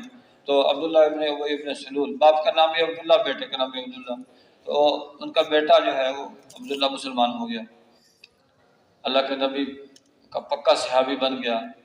جب عبداللہ ابن ابی ابن سلول رئیس المنافقین کا انتقال ہوا، بیٹا آ گیا، اللہ کے رسول میرا باپ مر گیا ہے، ہو سکتا ہے کہ آپ اپنا جبہ مبارک دے دیں، میں اس کو اس جبے میں کفن دے دوں، ہو سکتا ہے اللہ اس کی بخشش فرما دے۔ آپ نے اپنا جبہ مبارک دے دیا، ٹھیک ہے لے لیں۔ پھر جنازہ کی درخواست کی، اللہ کے رسول جنازہ تیار ہو گیا، ہو سکتا ہے آپ میرے باپ کا جنازہ پڑھا دیں، شاید اللہ اس کی بخشش فرما دیں۔ اللہ کے نبی نماز جنازہ پڑھانے کے لیے کھڑے ہوئے، نماز جنازہ کی۔ حضرت عمر آئے، اللہ کے رسول رئیس المنافقین ہے،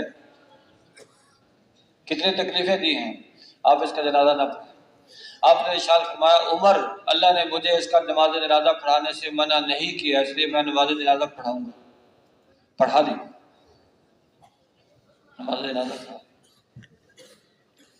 تو یہ اللہ کے نبی کے اخلاق، ان اخلاق سے دین دنیا میں پھیلے، ان اخلاق سے دین دنیا میں پھیلے۔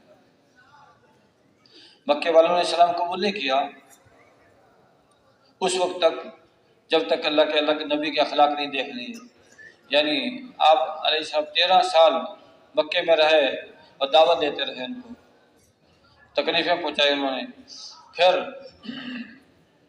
مدینہ تشریف لے آئے، مدینے میں بھی چین سے نہیں بیٹھنے دیا، قبائل کو اکسایا، لڑائیاں، کہیں غزوہ بدر، کہیں غزوہ احد، کہیں غزوہ خندق، باقی غزوات۔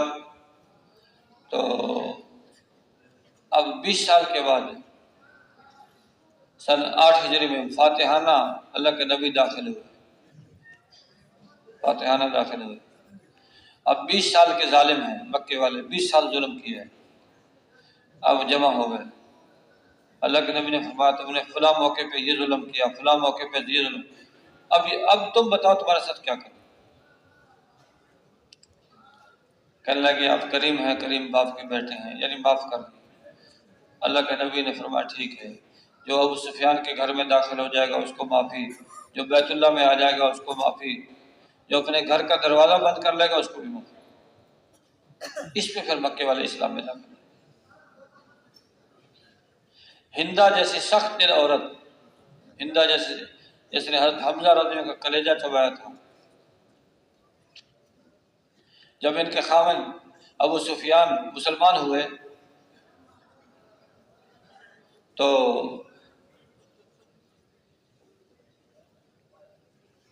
کہنے لگے کہ اس کالے کروٹے کی بات نہ ماننا، اس سے بچ کے رہنا۔ ابو سفیان کہنے لگے اس عورت کی بات میں نہ آنا، تمہارے اندر محمد صلی اللہ علیہ وسلم کے ساتھ مقابلہ کرنے کی ہمت نہیں ہے، میری بات مانو، اسلام قبول کرو۔ تو حضرت ابو سفیان تو مسلمان ہو گئے اور یہ ہندا مسلمان نہیں۔ ہندا کب مسلمان ہوئی؟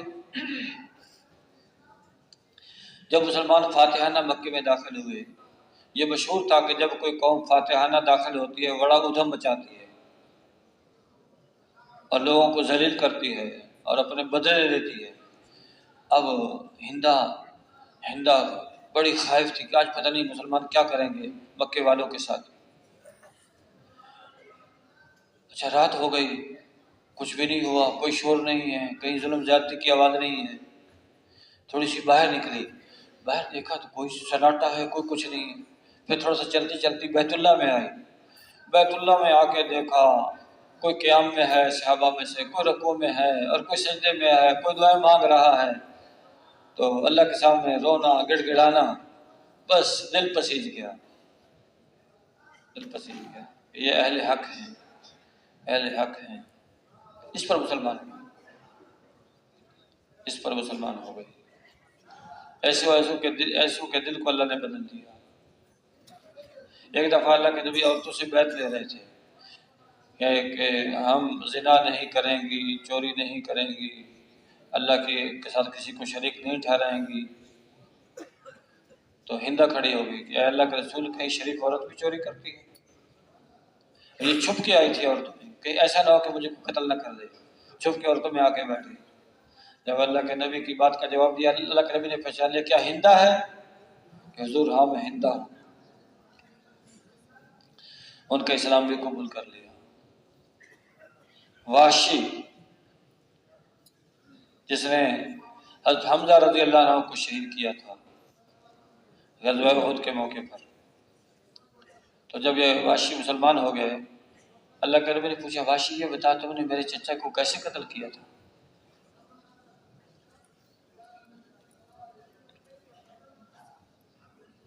تو وحشی نے بتایا کہ یوں کر کے قتل کیا تھا۔ اللہ کے نبی کی آنکھوں میں آنسو آ گئے، فرمایا وحشی تیرا اسلام تو قبول ہے لیکن میرے سامنے نہ بیٹھا، سامنے نہ بیٹھا۔ تو یعنی اتنی تکلیف پہنچی ہے اللہ کے نبی کو، لیکن یہ بھی دوزخ میں نہ جائے، یہ دوزخ سے بچ کے جنت میں جانے والا بن جائے۔ اس کی فکر فرمائے، اس کی فکر فرمائے۔ ابو العاص حضرت زینب رضی اللہ تعالیٰ عنہ، اللہ کی بیٹی، اللہ کے نبی کی بیٹی ہیں حضرت زینب، ان کے یہ خامن ہیں۔ تو لوگوں نے، اہل مکہ نے کہا تو محمد صلی اللہ علیہ وسلم کی بیٹی کو طلاق دے دو۔ اس نے کہا میں زینب کو طلاق نہیں دیتا، اس جیسی شریف عورت میں نے نہیں دیکھی۔ زور لگا لیا، انہوں نے کہا مکے کی جس عورت سے نکاح کرنا چاہو نکاح کر دیں گے، لیکن اس کو چھوڑ دو۔ کہا ہرگز نہیں چھوڑا، لیکن ابھی تک مسلمان بھی نہیں ہوئے، مسلمان بھی نہیں ہوئے۔ حتیٰ کہ جب غزوہ بدر ہوئی تو غزوہ بدر میں مکے والوں کی طرف سے یہ مقابلے میں تھے، صحابہ کے مقابلے میں قید ہو کے آ گئے۔ جب قید ہو کے آئے تو پھر مکے والے جو ہے فدیہ لے جا کے جو ہے اللہ کے نبی کے پاس پہنچے اور اپنے قیدیوں کو چھڑانے لگے۔ حضرت زینب رضی اللہ تعالی عنہا نے بھی فدیہ بھیجا، فدیے میں وہ ہار بھی بھیجا جو حضرت خدیجہ رضی اللہ تعالیٰ عنہ کی طرف سے ان کو جہیز میں ملا تھا۔ اللہ کے نبی کے پاس جب وہ ہار پہنچا، پہچان گئے کہ یہ تو وہی ہار ہے۔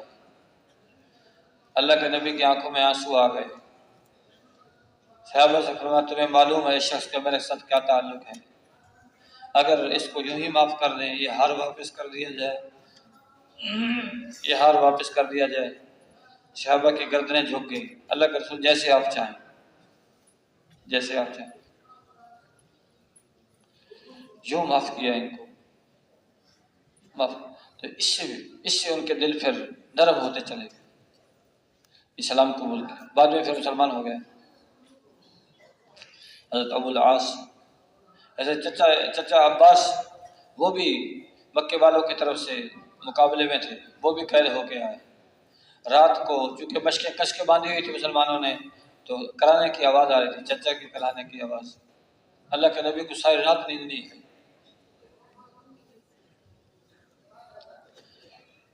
اے اللہ کے رسول اگر اجازت ہو تو ہم آپ کے چچا کی مشقیں ڈھیلی کر دیں؟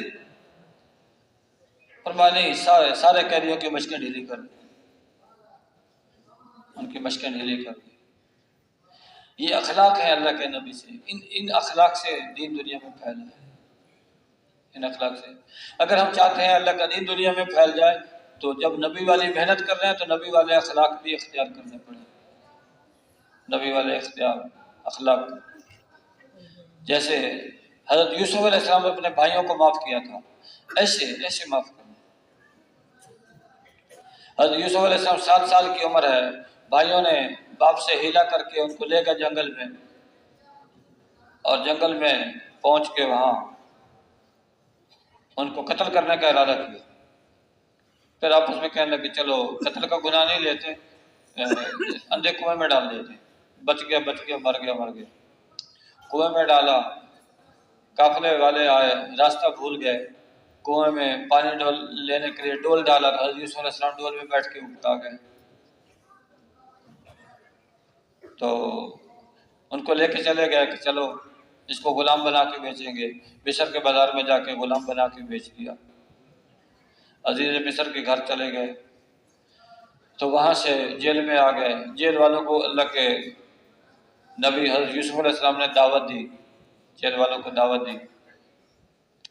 ہوتے ہوتے مصر کی وزارت پہ پہنچ گئے۔ وہاں سے پھر جب قحط پڑا تو حضرت یوسف علیہ السلام کے ذمہ تھا، جو لوگ آتے غلہ لینے کے لیے تو ایک آدمی کو 1 اونٹ کے بقدر غلہ دیتے تھے۔ تو بھائیوں کے گھر بھی غلہ ختم ہو گیا۔ حضرت یوسف علیہ السلام کے بھائی غلہ لینے کے لیے آئے۔ اب یہ وزیر ہیں، ان کو قتل بھی کروا سکتے ہیں، ان سے بدلہ بھی لے سکتے ہیں، ان کی پٹائی بھی کروا سکتے ہیں، لیکن نہیں، غلہ دے دیا۔ جب دوبارہ غلہ لینے کے لیے آئے تو دوبارہ بھی غلہ دیا، اور پھر ہیلے سے اپنے بھائی کو روکا تھا۔ تو منت خوشامد کرنے لگے کہ یہ والد ہے، اس کا ایک بھائی اور بھی تھا، وہ گم ہو گیا تھا، اس کو چھوڑ دیں، بڑے قول و قرار کے ساتھ لے کے آئے ہیں۔ حضرت یوسف علیہ السلام نے فرمایا اچھا تم یہ بتاؤ، تمہارا ایک بھائی تھا یوسف، تم نے اس کے ساتھ کیا کیا تھا؟ یہ حیران رہ گئے، کس کو کیسے پتہ لگ گیا؟ وہ تو ہمارے آپس کی بات تھی، کسی کو خبر نہیں تھی۔ جب غور سے دیکھا پھر پہچان گیا، انت یوسف، کہ ہاں میں یوسف ہوں، یہ میرا بھائی ہے۔ اب ان کو احساس ہوا کہ ہم نے اس کے ساتھ اچھا سلوک نہیں کیا، اس نے ہمارے ساتھ کیسا اچھا سلوک کیا ہے۔ پھر معافی مانگی، بھائی ہمیں معاف کر دیں۔ حضرت یوسف علیہ السلام نے معاف کر دیا، لا تثریب علیکم اليوم، آج کے دن تمہارے اوپر کوئی حرج نہیں، کوئی حرج نہیں۔ اور پھر ان کی صفائی بھی پیش کی، تم تو میرے بھائی ہو، وہ تو دشمن ہمارے درمیان، شیطان ہمارا دشمن ہے، وہ ہمارے درمیان آ گیا تھا، ورنہ آپ تو بھائی ہیں۔ صفائی بھی پیش کی۔ اگر دین کا کام کرنا چاہتے ہیں تو یہ اخلاق پیدا کرنے پڑیں گے، تو تیار ہے اس کے لیے انشاءاللہ کہ واپس جائیں گے؟ جن سے ہماری بول چال بند ہے تبلیغ کی وجہ سے، اللہ کی رضا کے لیے ان کو معاف کریں گے، پہل سلام میں جا کے پہل کریں گے۔ اس کے لیے کون کون تیار ہے؟ تیار ہیں صاحب؟ اللہ جزا۔ تو اس سے دین پھیلے گا، دین پھیلے گا، لیکن مقصود کیا ہو؟ اللہ کی رضا، اللہ راضی ہو، اللہ کی رضا مقصود۔ اللہ کو راضی کرنے کے جذبے سے جو کام ہوگا اس کا اجر ملے گا۔ اگر بڑے بڑے اعمال کیے، نماز پڑھی، روزہ رکھا، صدقہ کیا، لیکن اللہ کی رضا کا جذبہ نہیں، یہ عمل بھی کوئی مفید نہیں۔ من صلی یرائی فقد اشرک، من صام یرائی فقد اشرک، من تصدق یرائی فقد اشرک۔ جس نے ریاکاری سے نماز پڑھی وہ مشرک ہو گیا، جس نے ریاکاری سے روزہ رکھا وہ مشرک ہو گیا، جس نے ریاکاری سے صدقہ کیا وہ مشرک ہو گیا۔ لوگوں کو دکھلانے کے لیے نہیں، اللہ کے لیے کرنا۔ وما امروا الا ليعبدوا الله مخلصين له الدين، ان کو اسی بات کا حکم کیا گیا ہے کہ اللہ کی عبادت مخلص بن کے، اللہ کی رضا کے لیے، کسی اور کو راضی کرنا مقصد نہ ہو۔ یہ عمل اللہ کو پسند ہے۔ حضرت صحابہ کرام رضی اللہ تعالیٰ عنہم اجمعین نے بھی نمازیں پڑھی، ہم بھی نمازیں پڑھ رہے ہیں، لیکن جو ان کی نماز کا اجر ہے ان تک ہم نہیں پہنچ سکتے۔ یہ ان کا اخلاص تھا، ان کی نماز میں جو اخلاص تھا وہ ہماری نمازوں میں نہیں، اس لیے ان کے اجر تک نہیں پہنچ سکتے۔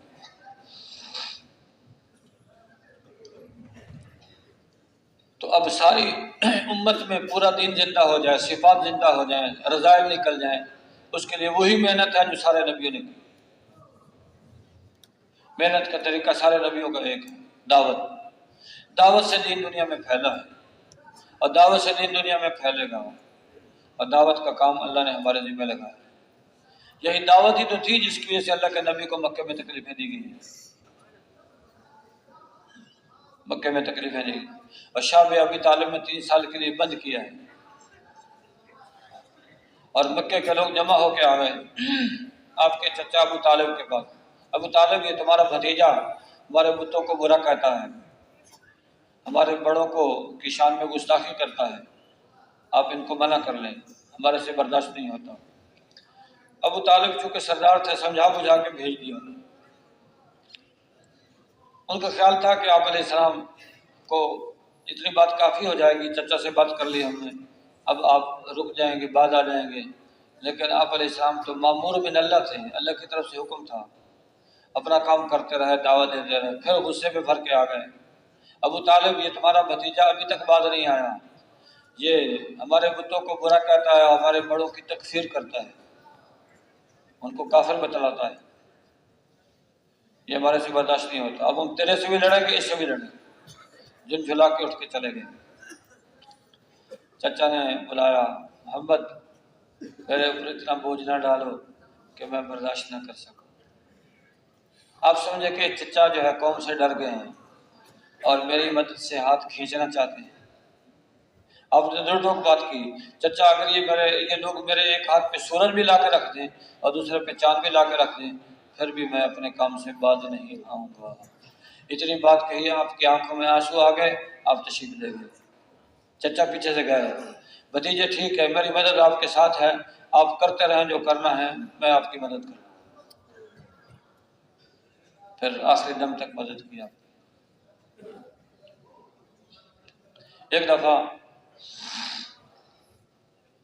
پھر ایک سردار جمع ہو کے آ گئے، ابو طالب، تمہارا بھتیجا ابھی تک باز نہیں آیا، اب ہم آپ کے پاس فیصلہ کن بات لے کے آئے ہیں، آپ کو اب ہماری بات ماننی ہوگی۔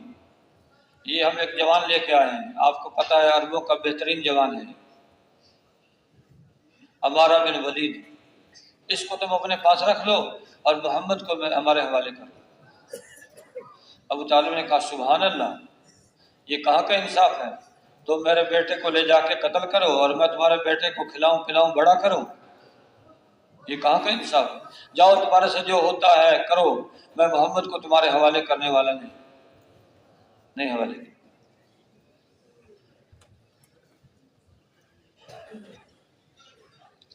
پھر رشتہ داروں کو جمع کیا کہ اب قوم مجتمع ہو گئی ہے، تم میں سے کون محمد صلی اللہ علیہ وسلم کی حفاظت کرے گا؟ سب نے کہا جی ہم ٹھیک ہے، ہم نے ان کا اسلام تو قبول نہیں کیا لیکن ہمارے رشتہ دار ہیں، قوم قبیلے کے ہیں، ہم ان کی مدد کریں گے، سوائے ابو جہل کے، سوائے ابو لہب کے۔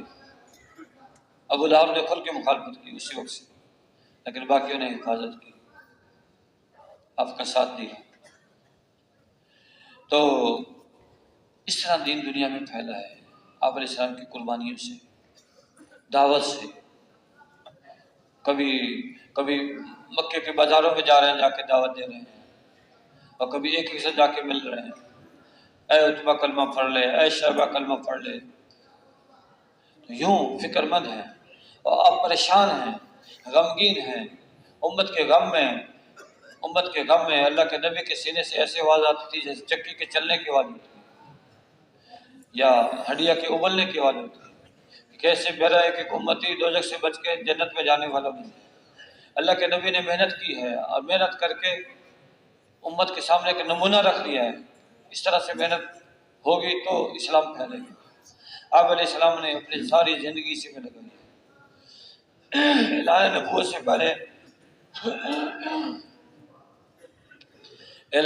سے پہلے آپ نے مزدوری پر بکریاں بھی چلائی ہیں اور حضرت خدیجہ رضی اللہ تعالیٰ عنہ کا مال لے کے گئے، تجارت بھی کی ہے، لیکن اعلان نبوت کے بعد اللہ کے نبی نے ساری صلاحیت اپنی اسی پہ لگائی، رات دن اسی میں کھپے ہیں، صحابہ کو اسی کام کے کرنے پہ لگایا ہے۔ صحابہ دعوت لے کے دنیا میں گئے ہیں، ان کی قبریں شہادت دے رہی ہیں کہ انہوں نے اللہ کا پیغام پہنچایا۔ ان کی محنت تھی، ان کی دعوت تھی، جس کی وجہ سے دین دنیا میں پھیل گیا۔ ان کو یہ خبر تھی کہ اگر ہم اپنی بیوی بچوں کی فکر میں لگ جائیں گے، امت تک یہ پیغام نہیں پہنچ سکے گا۔ اس لیے صحابہ کے اولادیں ایسے پلی ہیں جیسے یتیموں کی اولادیں پلتی ہیں، اور جان کی ضرورت پیش آئی تو جان پیش کی انہوں نے، مال کی ضرورت پیش آئی تو مال لگایا ہے۔ تو یہی وجہ ہے کہ آج ہزاروں کلومیٹر ہم دور بیٹھے ہیں، لیکن کلمہ آج ہم بھی پڑھ رہے ہیں، لا الہ الا اللہ محمد رسول اللہ۔ اس کلمے کی برکت سے اللہ دوزخ سے نجات عطا فرمائے گا، جنت میں داخل کرے گا۔ اور یہ جو آدمی دوزخ سے بچ گیا، جنت میں داخل ہو گیا، یہ ہے کامیابی۔ من زحزح عن النار وادخل الجنہ فقد فاز۔ جو دوزخ سے بچا دیا گیا، جنت میں داخل کر دیا گیا، پکی بات ہے، یہ کامیاب ہے، یہ ہے کامیاب۔ اور ساری دنیا کے انسان کامیاب ہو جائیں، بغیر ایمان کے کامیاب نہیں ہو، بغیر ایمان کے، اور ایمان والے بن جائیں، اس کے لیے وہی محنت ہے جو حضرت محمد صلی اللہ علیہ وسلم نے کی۔ ابھی تو ہماری محنت تو ایمان والوں پہ ہے کہ ایمان والے پورے ایمان والے بن جائیں، جیسے اللہ پاک نے فرمایا یا ایھا الذین آمنوا آمنوا، اے ایمان والو ایمان لے آؤ۔ کیا مطلب؟ یعنی جیسا ایمان لانے کا حق ہے ویسے ایمان لے۔ ایک مسلمان کو اسلام پہ باقی رکھنا غیر مسلم کو اسلام میں داخل کرنے سے زیادہ ضروری ہے۔ مسلمان کو اسلام پہ باقی رکھنا غیر مسلم کو اسلام میں داخل کرنے سے زیادہ ضروری ہے۔ ایک دفعہ آپ کے پاس ایک سردار آیا، مکے کا رئیس، آپ اس کے ساتھ بات کرنے لگے، دعوت دے رہے تھے، اتنے میں حضرت عبداللہ بن ام مکتوم رضی اللہ عنہ، نبینا صحابی، یہ بھی آ گئے۔ کوئی بات پوچھی تھی، اللہ کے نبی سے زور زور سے آواز لگائی، ان کو نہیں خبر تھی، آنکھیں سے نظر نہیں آتا تھا کہ اللہ کے نبی بات کر رہے ہیں۔ اللہ کے نبی کو ناگواری ہوئی، ناگواری کہ یہ تو پرانے صحابی ہیں، بعد میں بھی پوچھ سکتے تھے، لیکن اللہ کو یہ بات پسند نہیں آئی، اللہ کے نبی کی ناگواری کہ یہ عبداللہ بن ام مکتوم دین کی بات پوچھنا چاہتے ہیں، کافر کو چھوڑ کے ان کو جواب دینا چاہیے، اللہ کی منشا یہ تھی۔ اس کو اللہ نے قرآن میں ذکر کر دیا، عبس وتولی ان جاءہ الاعمی، آپ نے اعراض کیا، تیوری چڑھائی جب اندھا آپ کے پاس آیا۔ یعنی منشا خداوندی یہ تھی، وہ تو کافر ہے، پتہ نہیں اسلام لاتا کہ نہیں لاتا، اس کا اسلام موہوم ہے، اور عبداللہ بن ام مکتوم یہ تو پکے ایمان والے ہیں، ان کو چھوڑیں، ان کو پہلے بتائیں۔ اس واقعے کو لے کے علماء فرماتے ہیں کہ ایک مسلمان کو اسلام پہ باقی رکھنا غیر مسلم کو اسلام میں داخل کرنے سے زیادہ ضروری ہے۔ ایک دفعہ آپ علیہ السلام کے پاس حضرت سلمان فارسی رضی اللہ عنہ اور فقراء صحابہ بیٹھے ہوئے تھے۔ یہ فقیرانہ حیت، کپڑے پھٹے ہوئے، پرانے کپڑے، اور اللہ کے نبی کے پاس بیٹھے ہیں۔ مکے کے سردار آ گئے، اے محمد، ہم آپ کی بات تو سننا چاہتے ہیں، لیکن ان فقراء کے ساتھ بیٹھ کے ہم نہیں بات سن سکتے ہیں، یا تو ان کو اپنے پاس سے اٹھا دیں یا ہمارے لیے الگ مجلس قائم کریں۔ کسی نے اللہ کے نبی کو مشورہ بھی دے دیا، اللہ کے رسول اس میں کیا حرج ہے، ان فقراء کو اپنے پاس سے اٹھا دیں، یہ چلو الگ مجلس قائم کر دیں۔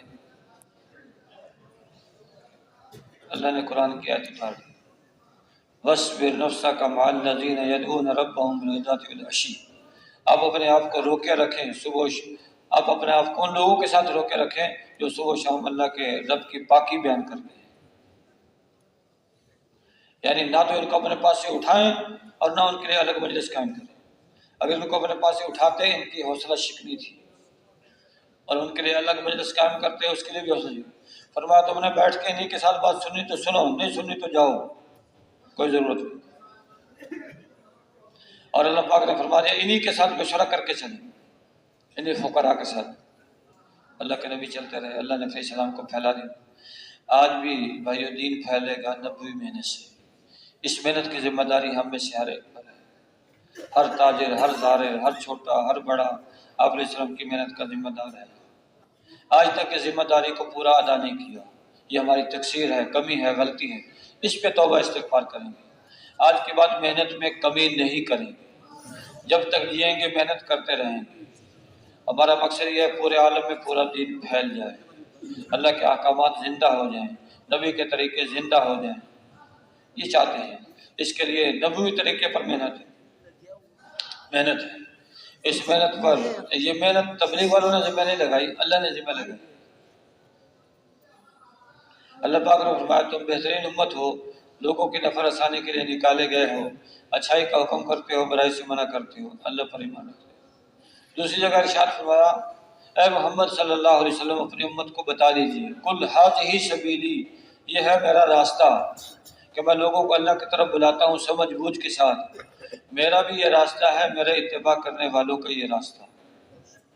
ہم سب اللہ کے نبی کے متبع ہیں، ہم سب کا راستہ دعوت اللہ ہے، لیکن اس میں کمی کوتاہی جو ہمارے سے ہوئی ہے، اس پہ اللہ سے معافی مانگنی ہے، معافی مانگنی ہے۔ اے اللہ واقعی ہمارے سے کمی ہوئی، اس کام کو کام نہیں بنایا، دنیا کے کاموں میں ایسے لگے کہ یہ کام ہم بھول گئے، جس کی وجہ سے لوگ کفر میں داخل ہو گئے، لوگ اسلام سے دور ہو گئے۔ یہ اللہ ہماری تقصیر ہے، ہماری کمی ہے، ہماری غلطی ہے، ہمیں معاف فرما دے۔ اللہ سے معافی مانگیں گے اور آج کے بعد محنت میں کمی نہیں کریں گے، ہر دم کرتے رہیں گے۔ یا اللہ کا دین دنیا میں پھیل جائے یا ہماری قبریں اللہ کے راستے میں بن، اس وقت تک چلتے رہنا ہے، نکلنا ہے، نکالتے رہنا ہے۔ تو تیار ہے اس کے لیے؟ جیسے نبیوں نے محنت کی ہے، گھروں میں فاقے بھی آئے وہ برداشت کی ہیں، کپڑوں کی کمی کو برداشت کیا ہے، تنگی ترشی کو برداشت کیا ہے، لیکن محنت میں کمی کو برداشت نہیں کیا۔ آج بھی اسی بات کی ضرورت ہے، ہم اللہ کے راستے میں نکلے رہیں گے اور کمیاں ساری برداشت کر لیں گے، لیکن دین کی کمی کو برداشت نہیں کریں گے۔ تو جیسے نبیوں نے ساری امت کی فکر کی، ایسے ہمارے ذمہ بھی ساری امت کی فکر ہے۔ اللہ کے نبی سے پہلے تو ایسے نبی تھے جن کو اللہ نے نبوت عطا فرمائی، کسی کو کسی قبیلے کی طرف بھیجا، کسی کو کسی قوم کی طرف بھیجا، ان کی محنت کا زمانہ مخصوص، ان کی محنت کا دائرہ مخصوص۔ اور حضرت محمد صلی اللہ علیہ وسلم کی محنت کا دائرہ سارا عالم، آپ کی محنت کا زمانہ قیامت تک آنے والا زمانہ۔ اب آپ علیہ السلام کی محنت آپ کے بعد امت کے ذمہ ہے، امت کے ذمہ ہے۔ اس پہ آنا ہے، اس پہ لانا ہے، اس پہ لگنا ہے، لگانا ہے۔ تو اللہ کے نبی نے چلے لگائے ہیں یا زندگی لگائی؟ تو زندگی کے لیے تیار ہے، پھر یہ چلوں کے لیے تیار۔ سال 7 مہینے، چلہ 4 مہینے، یہ تو رخ موڑنے کے لیے تھا کہ ہم اپنے اصل مقصد سے دور ہو گئے۔ مقصد کے قریب کرنے کے لیے اللہ جزا خیر دے بزرگوں کو، انہوں نے ایک ترتیب بنائی، ورنہ تو جب تک دین دنیا میں زندہ نہ ہو جائے اس وقت تک ہم چین سے نہیں بیٹھیں گے۔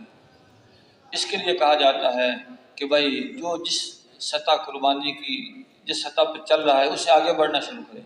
چلنے والے 4 مہینے پہ آ جائیں، 4 مہینے والے ہر سال 4 مہینے پہ آ جائیں، سال 7 مہینے پہ آ جائیں، تو اللہ توفیق دے گا، آدھی زندگی اور پوری زندگی پہ اللہ امت کو لائے گا۔